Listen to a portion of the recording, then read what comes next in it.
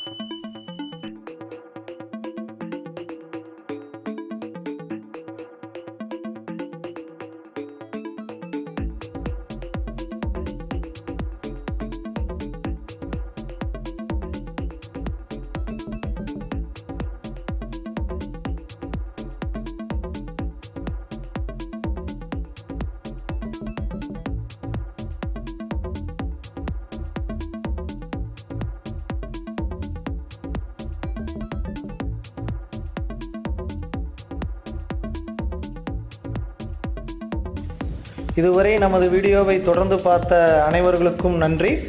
தொடர்ந்து நம்ம வீடியோக்களை பாருங்கள். மண் சார்ந்த நிறையா வீடியோக்கள் வந்து நம்ம பதிவிட்டுட்டு வரோம். இன்னும் நிறையா வீடியோக்கள் நம்ம பதிவிடுவோம்.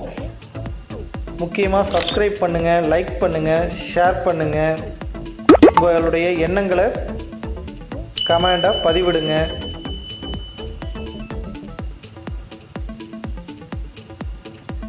நன்றி, வணக்கம்.